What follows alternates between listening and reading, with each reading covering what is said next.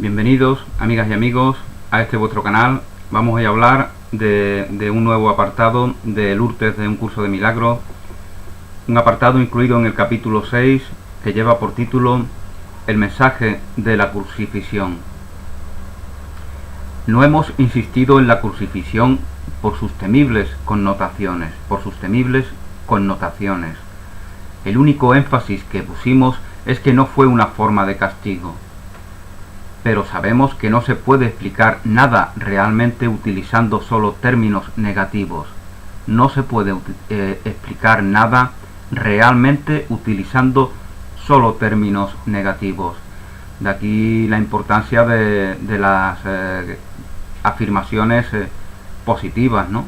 De hecho, la palabra afirmación ya de por sí indica que deben de ser positivas. Si no, no lo son. Si no, no lo son.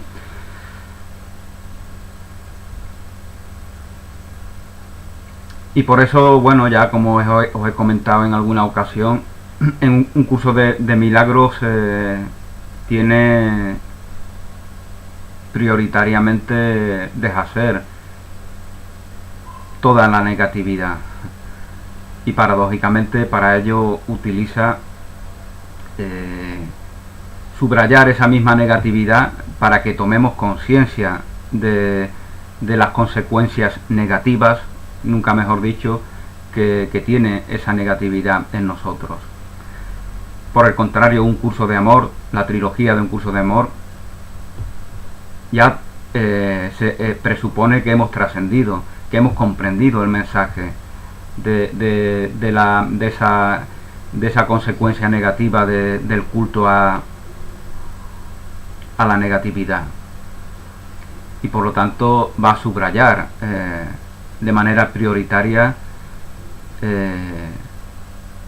elementos positivos, elementos que están conformes con lo que verdaderamente somos, elementos que nos reafirman, de afirmación, que nos reafirman en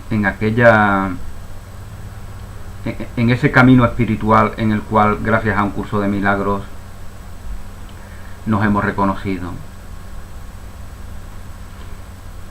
Por eso su lenguaje también, el lenguaje de un curso de amor, es mucho más universal. No utiliza patrones fijos que aluden a una forma religiosa de interpretar la espiritualidad.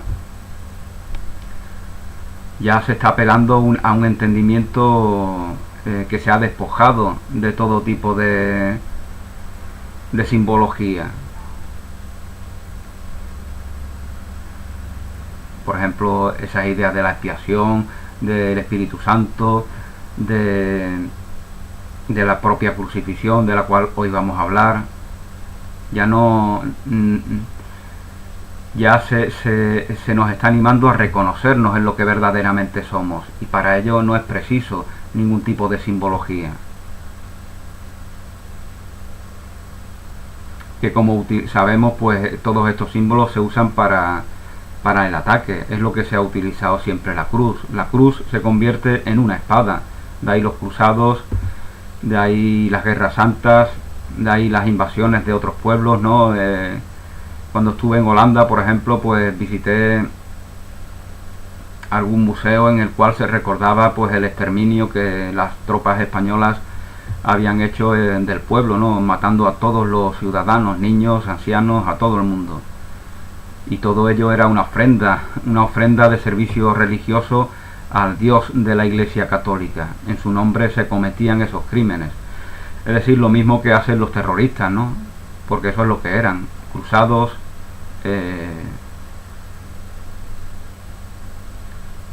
y otro tipo de órdenes católicas eran terroristas. Eso es lo que eran, igual que lo son los extremistas del Islam, porque su intención es privar de la vida a sus semejantes, y ninguna religión verdaderamente nos anima a ello. Por lo tanto, no tiene sentido. Es una excusa, ¿no? Es una excusa de nuestra necesidad de atacar, el apelar a un ideal religioso. Es como decir, bueno, yo quiero matar a mis semejantes, pero con esta excusa religiosa ya yo me siento dignificado para hacerlo. Y además me van a considerar héroe. De hecho, héroes es como se le consideraba a estos criminales, ¿no? O sea que no hay diferencia alguna entre ellos y los terroristas que hoy matan a sus semejantes.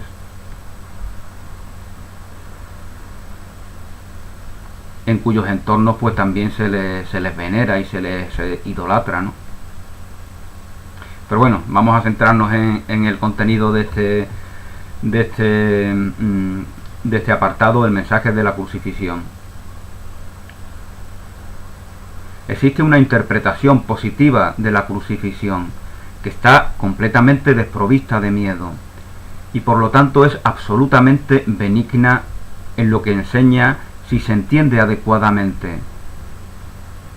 La crucifixión solo es un ejemplo extremo.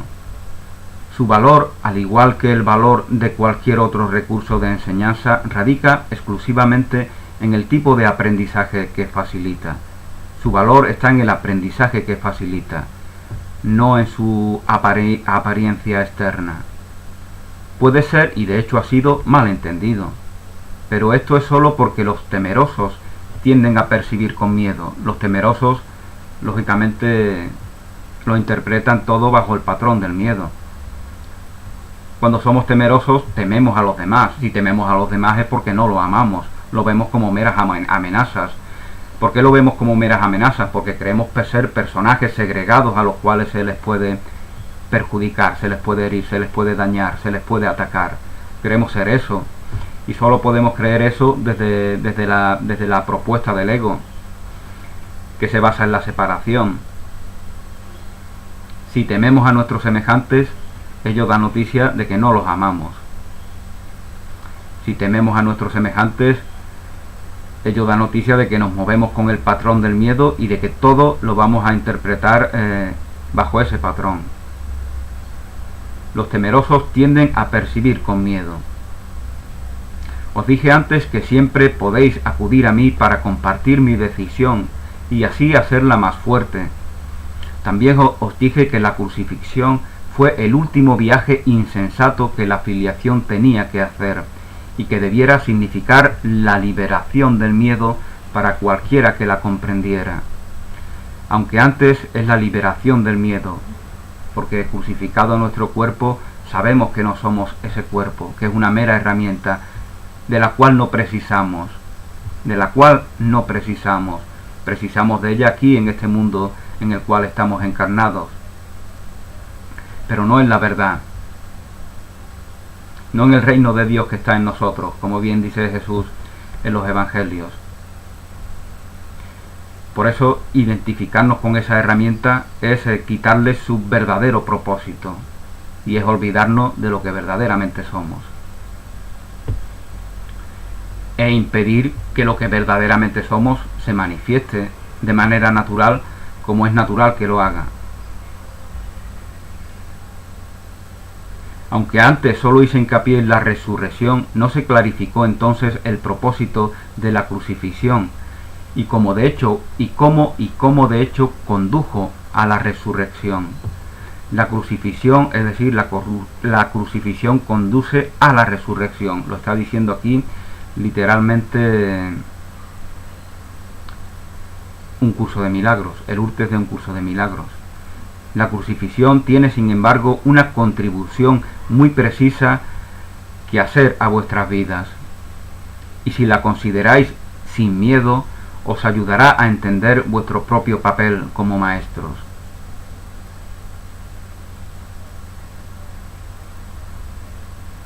Habéis reaccionado durante años como si estuvierais siendo crucificados.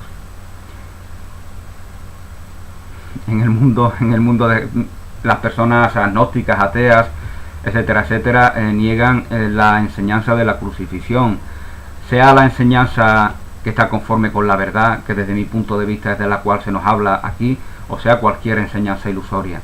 Ellos niegan la enseñanza de la cruz, sin embargo viven como si estuvieran crucificados, como si fueran mártires, como si fueran sufridores de algo que tiene poder sobre ellos. Y se da esa paradoja, ¿no? La crucifixión es una mentira, sí, pero tú vives como si estuvieras crucificado permanentemente.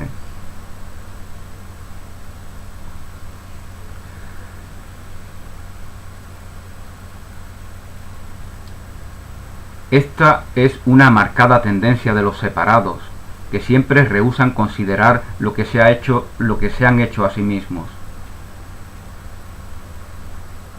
Para subrayar esa separación, pues lógicamente es fundamental pensar que los responsables de nuestro sufrimiento son otros que están ajenos a nuestro poder. Y entonces ahí, de esa manera, nos arraigamos más en nosotros la idea de la separación. La proyección implica ira, la ira fomenta la agresión y la agresión promueve el miedo. Esto es un círculo vicioso, ¿no? Del miedo viene la ira, de la ira viene la agresión, de la agresión viene que se arraigue aún más ese miedo. El significado real de la crucifixión radica en la aparente intensidad de la agresión de algunos de los hijos de Dios a un hermano. Esto, por supuesto, es imposible y debe ser completamente entendido como algo imposible. Es imposible que te ataquen en lo que verdaderamente eres. No puedes ser atacado. Si percibes algún ataque es porque te estás identificando con lo que no eres, con lo que es una mera herramienta a tu servicio. Esto, por supuesto, es imposible y debe ser completamente entendido como algo imposible. De hecho, a menos de que esto sea totalmente comprendido como simplemente eso, yo no puedo servir como un auténtico modelo de aprendizaje. En última instancia, solo el cuerpo puede ser agredido, solamente el cuerpo puede ser agredido.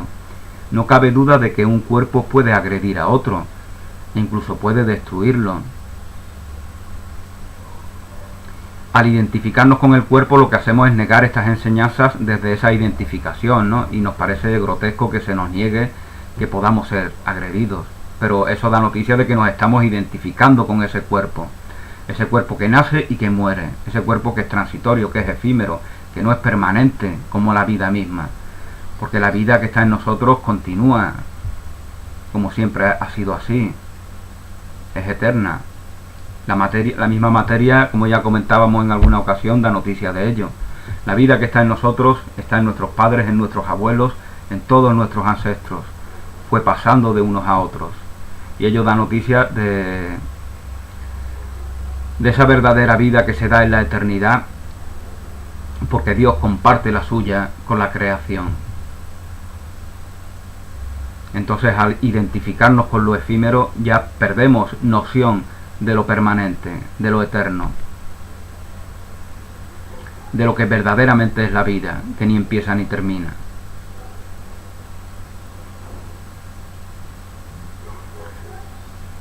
No cabe duda de que un cuerpo puede agredir a otro e incluso puede destruirlo, pero si la destrucción en sí misma es imposible, entonces cualquier cosa que pueda ser destruida no puede ser real.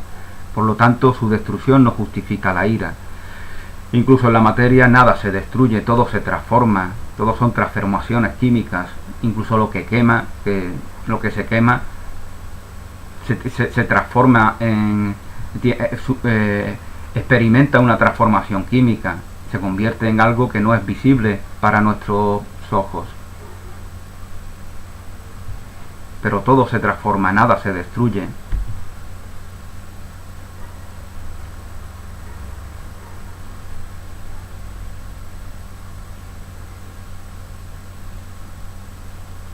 Por lo tanto, su destrucción no justifica la ira. En la medida en que creas que sí la justifica, estarás aceptando premisas falsas y enseñándoselas a otros. El mensaje que la crucifixión tenía la intención de enseñar, el mensaje que la crucifixión tenía la intención de enseñar, era que no era necesario percibir ninguna forma de agresión cuando eres perseguido, porque tú no puedes ser perseguido. Es decir, en este mundo nos podemos sentir perseguidos, atacados, Pero la crucifixión nos invita a reconocernos en algo que no puede ser perseguido ni atacado. No nos invita a negar que ese ataque y esa persecución no están ahí y negarlas de una manera mágica. No, nos invita a reconocernos y a cultivar la idea de que en lo que verdaderamente somos no puede darse ese ataque. Y a partir de ahí podemos trabajar, a partir de ahí podemos hacer un trabajo interior que tenga que dé un fruto benéfico. Y al mismo tiempo nos convertimos maestros de ese trabajo interior. Damos testimonio del propio trabajo y de su resultado. Si respondes con ira, significa que debes estar equiparándote a ti mismo con lo que puede ser destruido. Y por lo tanto te ves a ti mismo de una forma demente. He dejado perfectamente claro que yo soy como tú y que tú eres como yo. Si no, no tendría sentido que Jesús fuera nuestro maestro, si no fuera nuestro hermano, si no fuera nuestro referente, si no fuera aquel que nos invita a seguir su modelo de progresión espiritual. No tendría sentido que Él viniera aquí a hablarnos si fuera el único Hijo de Dios y nosotros no lo fuéramos. Esto sería como evangelizar a las vacas o a las amapolas que viven en una realidad distinta. No, Jesús les habla a sus semejantes, a sus hermanos y hermanas, porque tiene un mensaje de amor, porque tiene un camino espiritual, porque tiene una invitación a hacer un trabajo interior que tiene sentido para todos nosotros.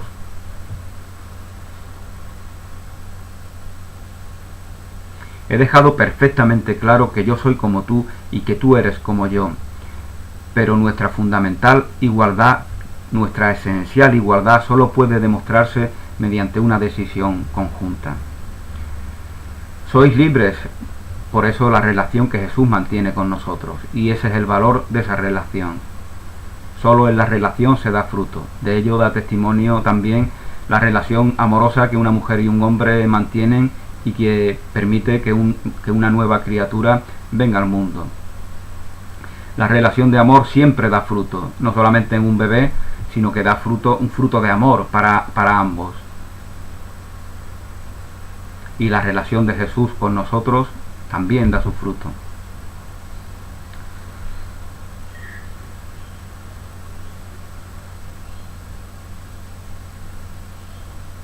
Sois libres de percibiros a vosotros mismos como si os estuvieran persiguiendo, si así lo elegís. Tenéis libre albedrío, el libre albedrío de negaros en la herencia de Dios o de reconoceros en ella, de negaros en la abundancia o de reconoceros en ella.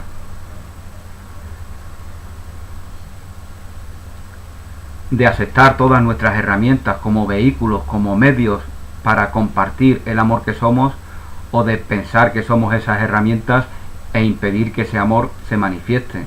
Tenemos ese libre albedrío y esto es evidente. Eso es lo que significa tener libre albedrío, que tú voluntariamente te decides por lo que es propio de ti, por lo que es permanente, por lo que es consistente, por lo que da noticia de aquello que ni empieza ni termina. Y al hacerlo te haces una concesión maravillosa a ti mismo, la mejor que puedes hacerte, y consecuentemente se las hace a los demás, porque no puede ser de otra manera, porque tú estás en unidad con todos. Sois libres de percibiros a vosotros mismos como si estuvieran persiguiendo, si así lo elegís, pero deberíais recordar, cuando elegís reaccionar de esta manera, que yo fui perseguido tal como el mundo lo entiende, pero no compartí esa interpretación. Y como no la compartí, no la reforcé. La respuesta de Jesús ante su persecución es no compartir, es decir, perdónalos, Señor, porque no saben lo que hacen. Esa es la respuesta desde el amor. Y eso es lo que se nos invita a que nosotros hagamos. De esta forma ofrecí una interpretación del ataque diferente. Este es el ejemplo para nosotros.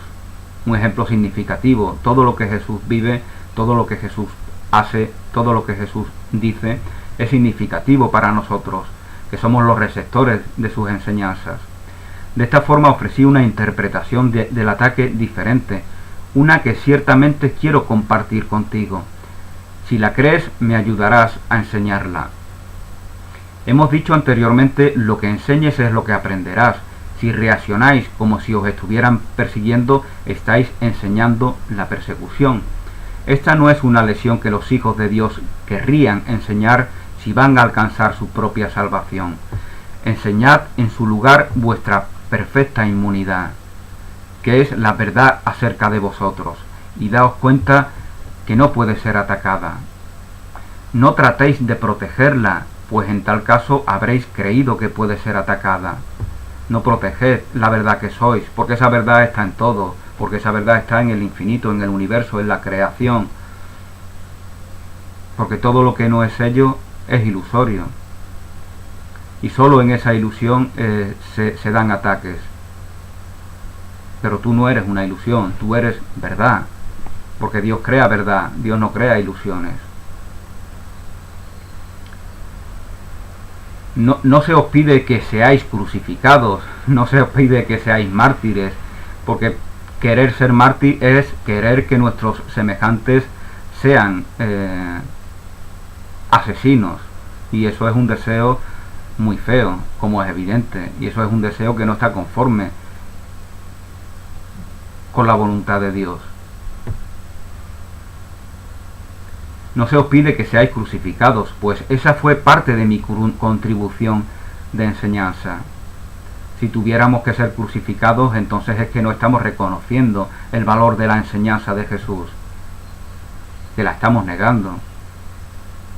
Simplemente se os pide seguir mi ejemplo ante tentaciones mucho menos extremas de percibir de manera equivocada, y no las aceptéis como falsas justificaciones de vuestra ira. No hay justificación para lo injustificable, no creáis que la hay, y no enseñéis que la hay. Recordad siempre que lo que creéis lo enseñaréis. Creed lo mismo que yo, y seréis tan maestros como yo. Vuestra resurrección es vuestro redespertar. Yo soy el modelo de renacimiento. Yo soy el modelo del renacimiento, pero el renacimiento mismo es simplemente el alborear en vuestras mentes de lo que ya está en ellas. Si no fuera esto así, pues estaríamos afirmando de que Dios no hace las cosas perfectas, ¿no? Si pensamos que tenemos que evolucionar, que progresar, que llegar a un estado superior a través de la disciplina, del esfuerzo, del sacrificio o de lo que sea, estamos negando la perfecta, santa, íntegra y eterna obra de Dios. Es decir, estamos negando al propio Dios. Estamos contradiciendo su obra. Somos perfectos en la verdad. Si algo da noticia de que no es así, es algo que nosotros hemos agregado. Es un velo, es un obstáculo. Es una mala interpretación de esas herramientas disponibles. Disponibles para el servidor, disponibles para el amor, disponibles para la obra santa, íntegra, perfecta y consumada de Dios.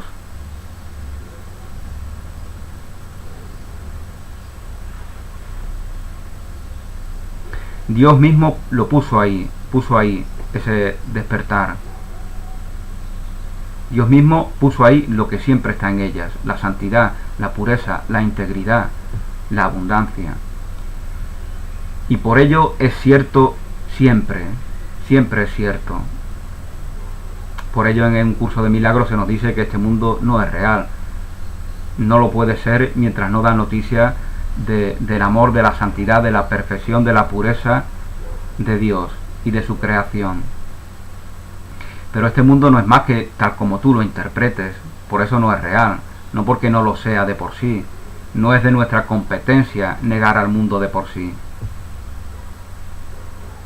Nuestro trabajo es negar el mundo en el sentido de la interpretación que de él hacemos, porque es esa interpretación la que tiene ascendente sobre nosotros, y ese ascendente es el que debemos de de deshacer, para que el ascendente sobre nosotros lo tenga el reino de Dios que está en nosotros. Como bien dice Jesús en los evangelios, en ti, en vosotros está el reino de Dios, en vuestros corazones y en vuestras relaciones.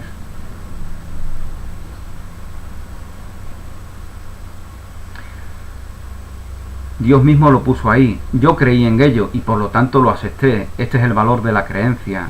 Cultiva una creencia que esté conforme con la aceptación, con la plenitud, con la santidad, con la verdad, con la bondad, con el amor, con la autoridad de Dios que siempre está en ti. Y esa creencia determinará que tengas ideas que den noticia de ello. Es decir, la creencia es una mera herramienta que nos permite, que determina que nos perdamos en un mundo de ilusiones o que nos permite regresar a la verdad, que nos permite salir de ese laberinto de ilusiones.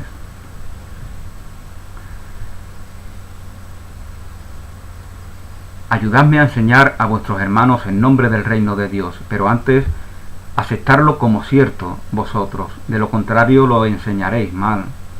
Mis hermanos dormían durante la llamada agonía en el huerto, pero yo no podía enfadarme con ellos porque había aprendido que no podía ser abandonado. Mis hermanos dormían, fijaos este simbolismo de estar dormidos.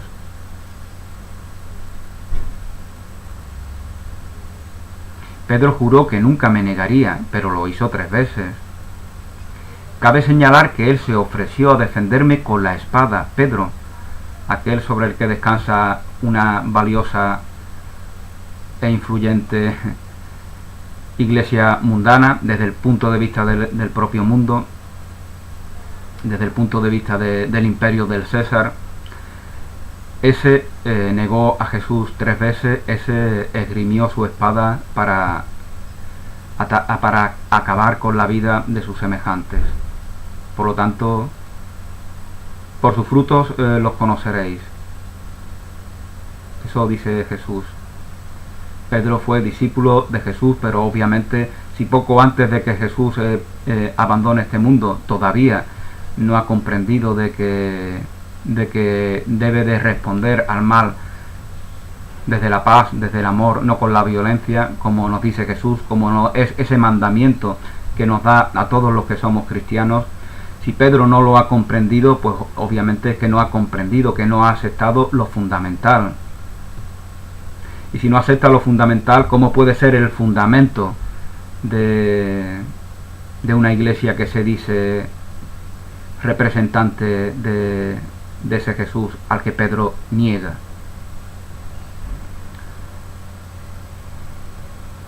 Cabe señalar que él se ofreció a defenderme con la espada, lo cual yo por supuesto rehusé, pues no había en absoluto necesidad de proteger el cuerpo. Lamento cuando mis hermanos no comparten mi decisión de oír y seguir una sola voz. Fijaos el sufrimiento que en el corazón de Jesús se daría al ser testigo de que sus propios discípulos más cercanos no han recibido la enseñanza fundamental. Eso le debe de causar una gran frustración. Y cosas así es lo que les determina a que se dé esa enseñanza extrema de la crucifixión. Judíos, queréis que Dios sacrifique a su hijo, porque ese es el símbolo de Abraham queriendo matar a Isaac. Eso es lo que queréis, pues vais a ser testigos de ello. Se da la crucifixión porque los judíos quieren que se mate al Hijo de Dios. Esa es la idea que está en ellos. No es una afirmación racista esta que hago, pero esa es la idea que está en ellos, porque la idea de la culpa está completamente arraigada en ellos.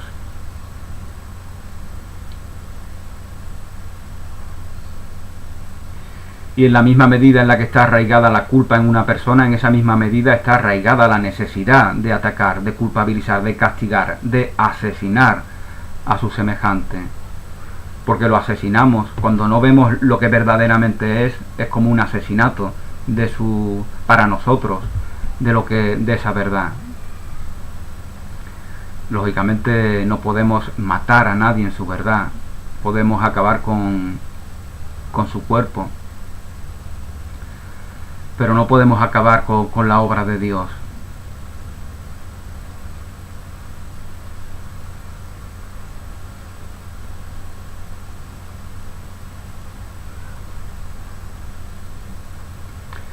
Lamento cuando mis hermanos no comparten mi decisión de oír y seguir una sola voz, porque eso les debilita como maestros y como alumnos. Aun así, sé que no pueden traicionarse realmente a sí mismos ni a mí, y que es todavía sobre ellos donde debo construir mi iglesia. En esto no hay elección posible, porque solo vosotros podéis ser los cimientos de la iglesia de Dios. Solo vosotros podéis ser los cimientos de la iglesia de Dios. Una iglesia está donde hay un altar, pues la presencia del altar es lo que hace del lugar una iglesia.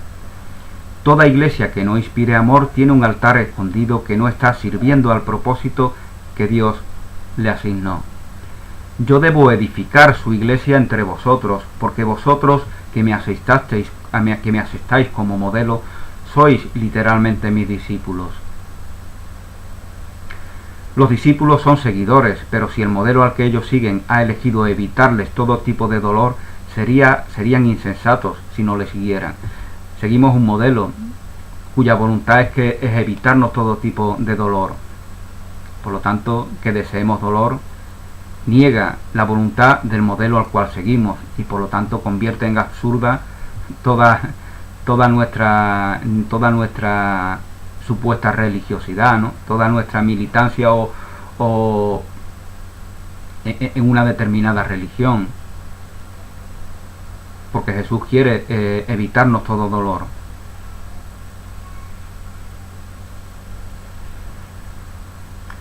Yo elegí tanto por vuestro bien como por el mío, demostrar que la agresión más atroz, tal como el ego la considera, no importaba. Fijaos la liberación que esto nos permite. Nos liberamos de todos los miedos, de todos los temores.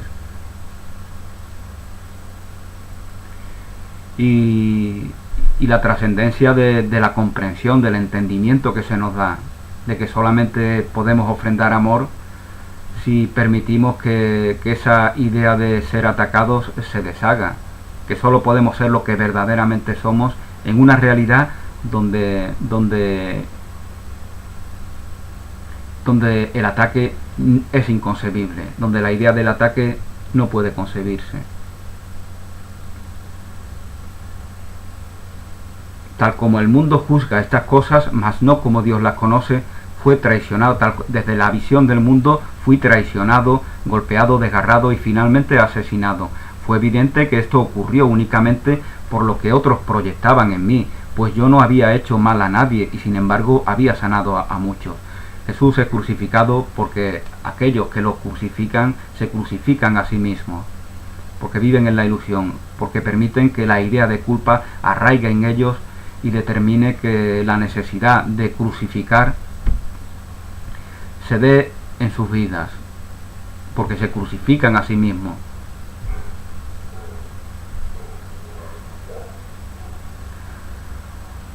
Seguimos siendo iguales como alumnos, aun cuando no necesitamos tener experiencias iguales. El Espíritu Santo se alegra cuando aprendes tanto de mis experiencias como para despertar por ellas. Ese fue su único propósito y esa es la única forma en la que puedo ser percibido como el camino, la verdad y la luz. Yo soy el camino, yo soy la verdad, yo soy la luz. Y yo soy vuestro hermano, yo soy vuestro modelo, yo soy vuestro referente, yo soy vuestro semejante. Con lo cual ese camino, esa verdad, esa luz está en vosotros, porque en vosotros está el reino de Dios. ¿Y cómo iba a ser que ese camino, que esa verdad y que esa luz fueran ajenos a ese reino de Dios? Si es justamente lo que nos conduce, lo que nos permite reconocernos en ese reino de Dios.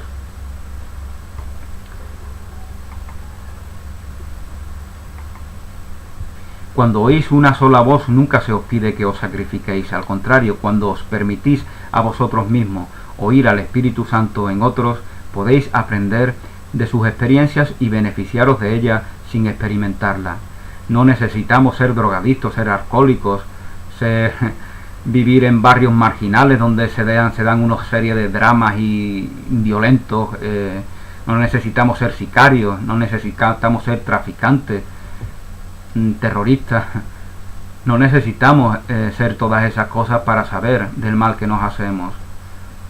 Aquellos que lo son o lo han sido ya nos están dando la enseñanza por oposición de lo que verdaderamente somos, negándose a sí mismos a través de la necesidad de atacar. Nos dan la enseñanza de que somos amor, nos dan la enseñanza de que atacar, de que la enseñanza del ataque solo nos enseña a seguir atacando indefinidamente. Y ahora en este tiempo del despertar, en este tiempo de Cristo, no precisamos de intermediarios. Y es también lo mismo decir que no precisamos de experiencias extremas. No precisamos... Veis los maestros de hasta hace poco, como hablaban de terribles experiencias y sobre ellas fundamentaron su camino al conocimiento. De que fueron maltratados en su infancia, de que fueron drogadictos, de que fueron cosas horribles. Y una vez, después de tener esas experiencias, se les dio un despertar. Los maestros jóvenes, los niños y adolescentes de hoy día, gracias a Dios, no precisan de esas experiencias. Vienen ya despiertos al mundo. Vienen en familias de personas que están despiertas, que son conscientes. Entonces ya no precisan estos niños de esas experiencias extremas para tener ese conocimiento.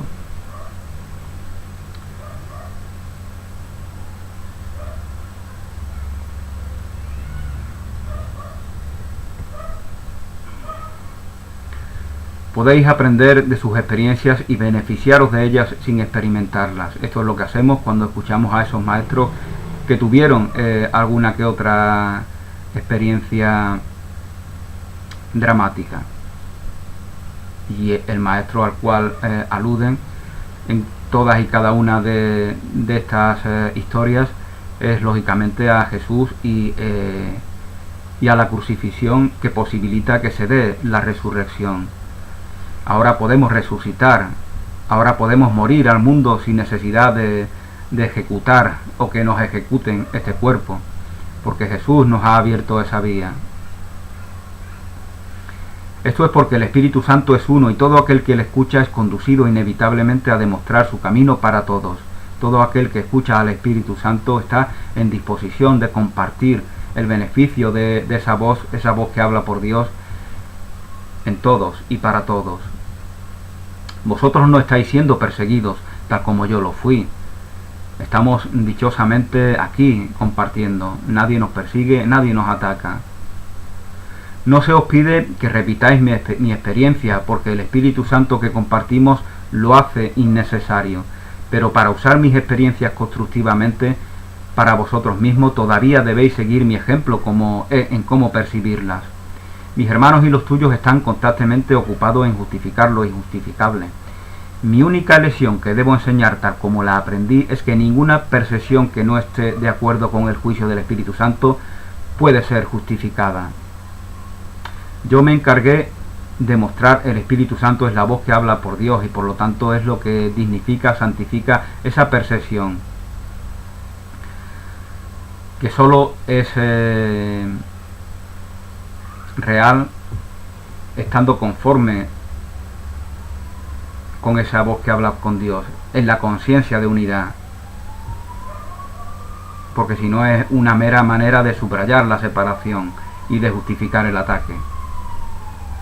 Yo me encargué de mostrar que esto era verdad en un caso muy extremo, simplemente porque esto serviría como un buen recurso de enseñanza para aquellos cuyas tentaciones de caer en la ira y el ataque no fueran tan extremas.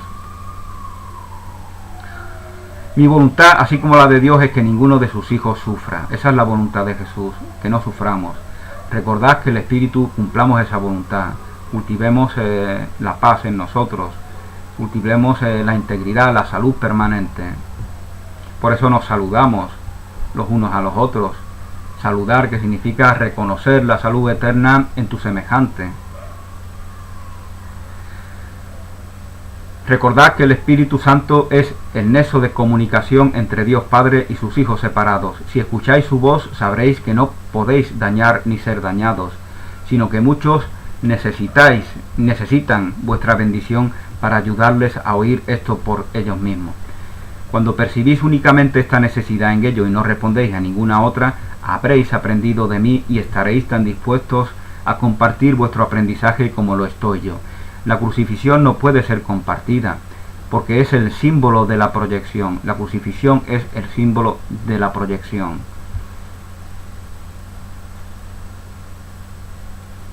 Es decir, el símbolo del ego.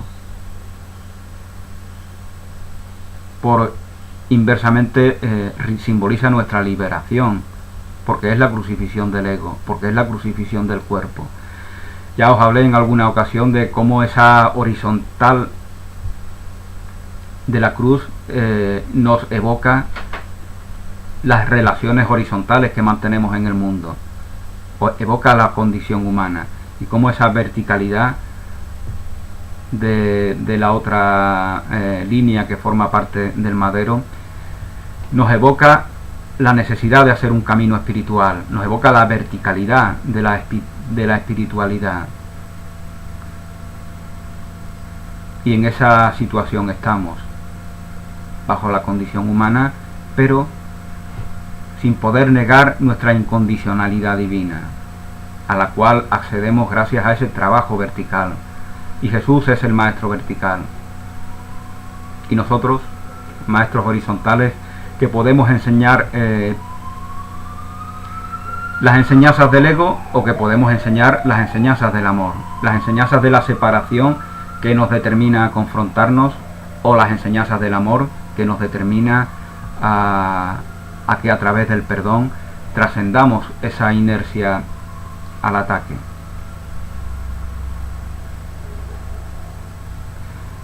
La resurrección, en cambio, es el símbolo de compartir. La resurrección en sí es el símbolo del compartir, porque el redespertar de todo hijo de Dios es necesario para conseguir que el Hijo de Dios conozca su compleción. Solo esto es conocimiento. El mensaje de la crucifixión es muy simple y perfectamente claro. Enseña solamente amor, pues eso es lo que tú eres. Enseña solamente amor, pues esa es tu identidad, esa es tu naturaleza, esa es tu verdad, esa es tu incondicionalidad. Esa es la obra de Dios. Si lo interpretas de cualquier otra manera, lo estás utilizando como un arma de ataque, en lugar de como una llamada a la paz, que es para lo que se concibió. Los apóstoles a menudo lo malinterpretaron, y siempre por la misma razón por la que todo el mundo malinterpreta cualquier cosa. Su propio amor imperfecto les hizo vulnerables a la proyección, y como producto de su miedo hablaron de la ira de Dios como su arma de represalia. Tampoco pudieron hablar de la crucifixión sin ningún tipo de ira, pues sus sentimientos de culpabilidad les habían vuelto iracundos. Hay dos ejemplos evidentes de una manera invertida de pensar en el Nuevo Testamento, cuyo todo su evangelio es únicamente el mensaje del amor. Ese es todo evangelio del Nuevo Testamento, el mensaje del amor. Estos no son en absoluto como algunos de sus deslices de impaciencia que tuve, pues yo había aprendido perfectamente la oración de la expiación, que también vine a enseñar como para caer yo mismo en pensar de manera invertida. Si los apóstoles no se hubieran sentido culpables, nunca podrían haberme citado como diciendo: yo no he venido a traer paz sino una espada. Es decir, los apóstoles se sienten culpables y por lo tanto interpretan las afirmaciones de Jesús distorsionándolas. Esto es sin duda exactamente lo opuesto a lo que yo enseñé. ¿Cómo va a traer Jesús una espada si la espada ya está entre nosotros? Si ya está, el ataque ya está entre nosotros. ¿Cómo va a traer lo que ya está en un mundo de ilusiones, en un mundo de separación? Jesús dijo que traería la discordia entre nosotros, pero no porque Él la traiga, no porque sea su voluntad, sino porque es la nuestra, como es evidente. En un mundo de separación manifestamos permanentemente intención de oposición, de ataque, de querer destruir a nuestro enemigo, de ver en él una autoridad de la cual esperamos una aprobación, una autoridad a la cual negamos, atacamos, cuando no vemos esa aprobación. Es decir, Jesús trae discordia entre nosotros en la medida en la cual nosotros ya estamos en esa discordia.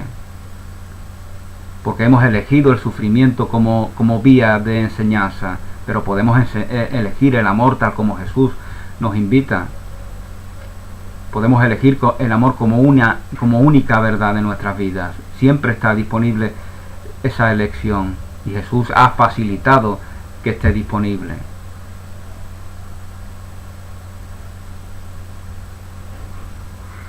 Ni podían ellos haber descrito mis reacciones hacia Judas e Iscariote como lo hicieron, si realmente me hubieran entendido.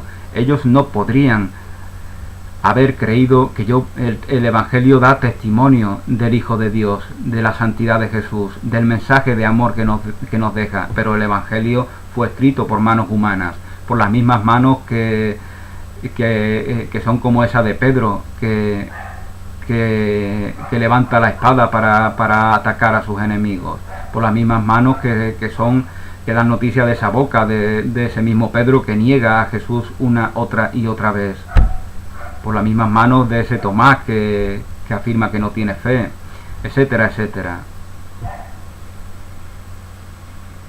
Es decir, el mensaje de amor debe ser reconocido más allá de las formas mundanas de aquellos que las escriben. El mensaje de Jesús da noticia de algo que está en ti, de una verdad que está en ti, porque si no pensarías que la obra de Dios que eres es incompleta, es incorrecta, es imperfecta. Y eso es lo que hacemos cuando la idea de culpa arraiga en nosotros.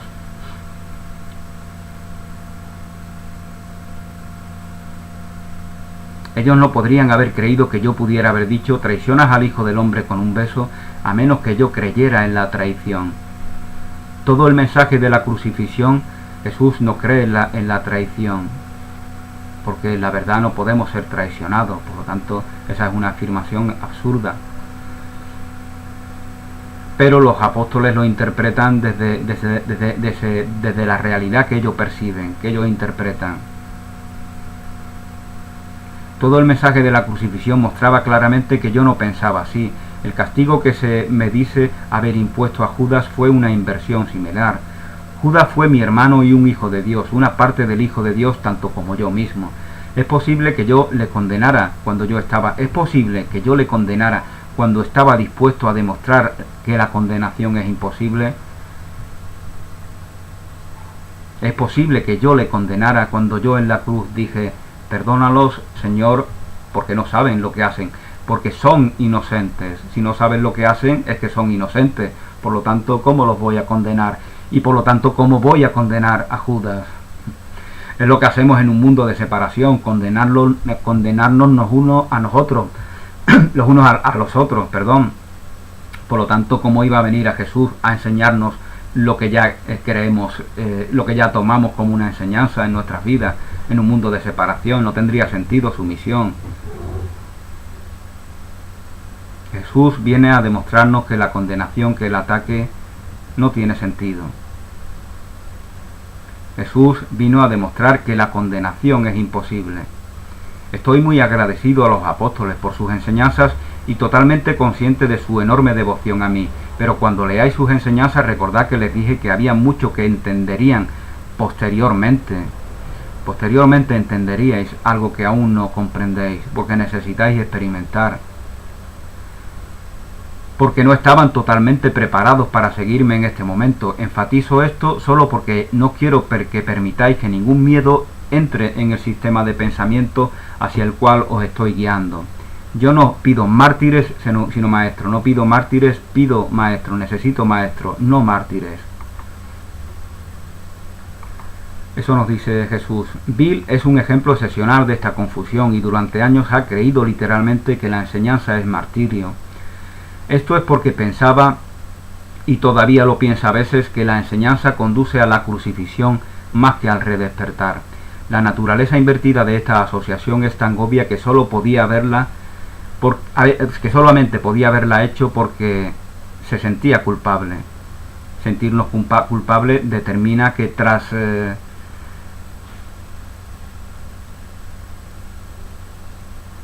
que tergiversemos el mensaje de amor que nos da Jesús. Nos determina a adaptar sus enseñanzas a un mundo en el cual sus enseñanzas no son aplicables, a un mundo de separación. Nadie es castigado por sus pecados, y los hijos de Dios no son pecadores. ¿Cómo puede pecar la obra de Dios, perfecta, santa, íntegra, consumada, eterna? ¿Cómo puede pecar? ¿Cómo puede albergar en sí el error? Es una blasfemia hacer esa afirmación. Es negar la bondad de Dios, es negar el amor de Dios.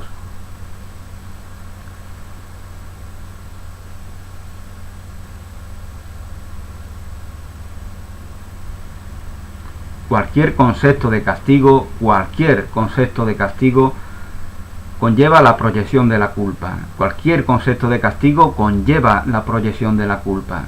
Cualquier concepto de castigo da noticia de que aquel que quiere castigar tiene en sí arraigada la idea de culpa, se siente culpable, y refuerza la idea de que está justificado culpar. El comportamiento que resulta es una lección sobre la culpa, pues todo comportamiento enseña las creencias que motivan.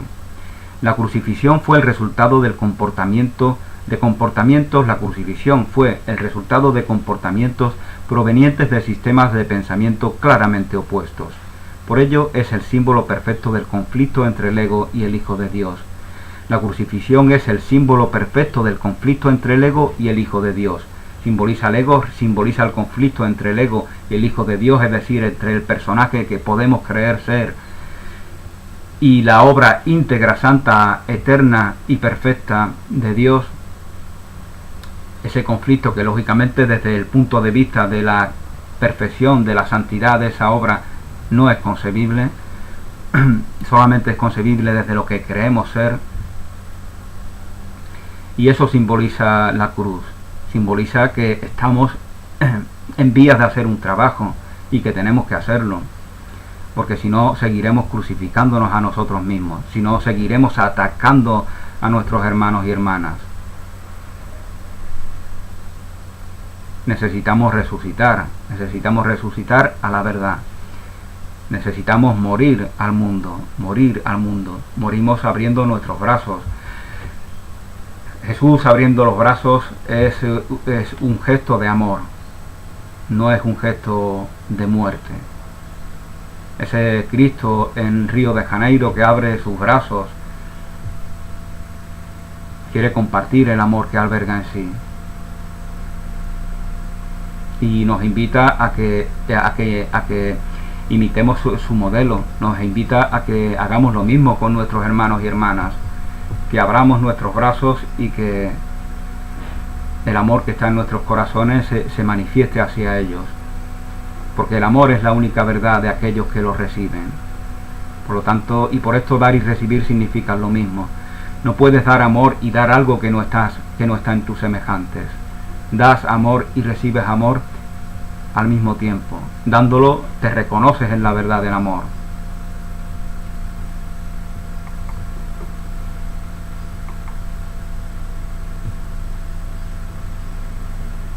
En aquel entonces fue un conflicto tanto intrapersonal como interpersonal, de la misma manera que lo es ahora, siendo todavía igualmente real. No ha cambiado nada prácticamente el valor de estas enseñanzas, el camino que nos queda por recorrer.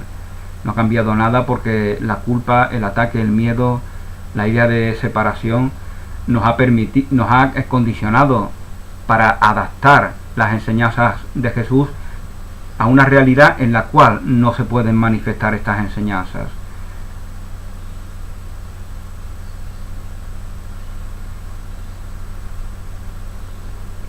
Pero dado que es igualmente real ahora, su lesión también es igualmente real cuando se aprende. No necesito gratitud, tal como no necesité protección, pero vosotros necesitáis desarrollar vuestra debilitada capacidad de ser agradecidos.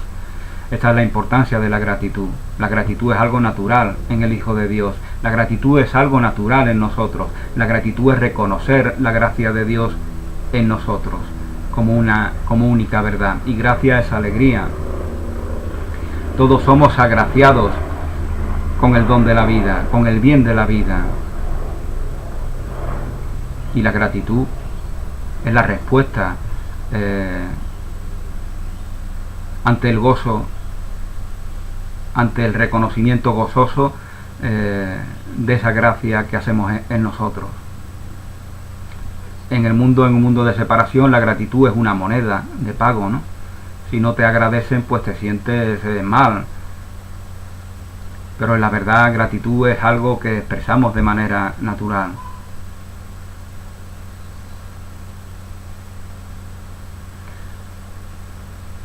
Vosotros necesitáis desarrollar vuestra debilitada capacidad de ser agradecidos, o no podréis apreciar a Dios. La gratitud nos permite apreciar, valorar, reconocer el amor de Dios en nosotros. Él no necesita vuestra estima, pero vosotros sí. No podéis amar lo que no apreciáis, y el miedo hace que sea imposible apreciar nada. El miedo hace que sea imposible apreciar nada, como os comentaba anteriormente. Tememos lo que no amamos, y el que lo temamos da noticia de que no lo amamos, de que no lo reconocemos en el amor y que no nos reconocemos igualmente a nosotros en el amor tampoco. Siempre que estás asustado de lo que eres, no lo aprecias y por lo tanto lo rechazarás. Como resultado enseñarás el rechazo. El poder de los hijos de Dios funciona todo el tiempo porque fueron creados como creadores. Somos creadores. De ahí la necesidad de aprender. De ahí la necesidad de aprender cómo manejar estas herramientas para que den noticia de la obra de Dios, de la creación, de la santidad, de la bondad, de la belleza, de la integridad, de la consumada, perfecta y eterna obra de Dios. Porque si no, no creamos. Porque si no, simplemente movemos las cosas de un lado para otro.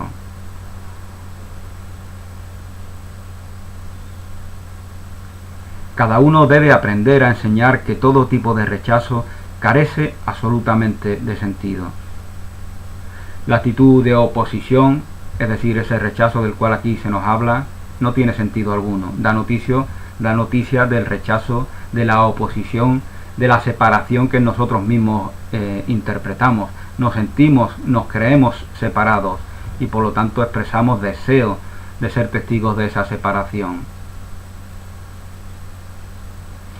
Si te reconoces en la unidad, en que eres un ser íntegro, que tu corazón y que tu pensamiento, que tu mente y que tu sentir no están separados, sino que son uno y que dan noticia de esa unidad permanentemente, ya no te sentirás, te verás condicionado, determinado a manifestar esa oposición permanente ante tus semejantes. Cada uno debe aprender a enseñar que todo tipo de rechazo carece absolutamente de sentido. Y con esto concluye este apartado, el mensaje de la crucifixión. Gracias por vuestra atención, feliz día, un abrazo, bendiciones y hasta una nueva oportunidad.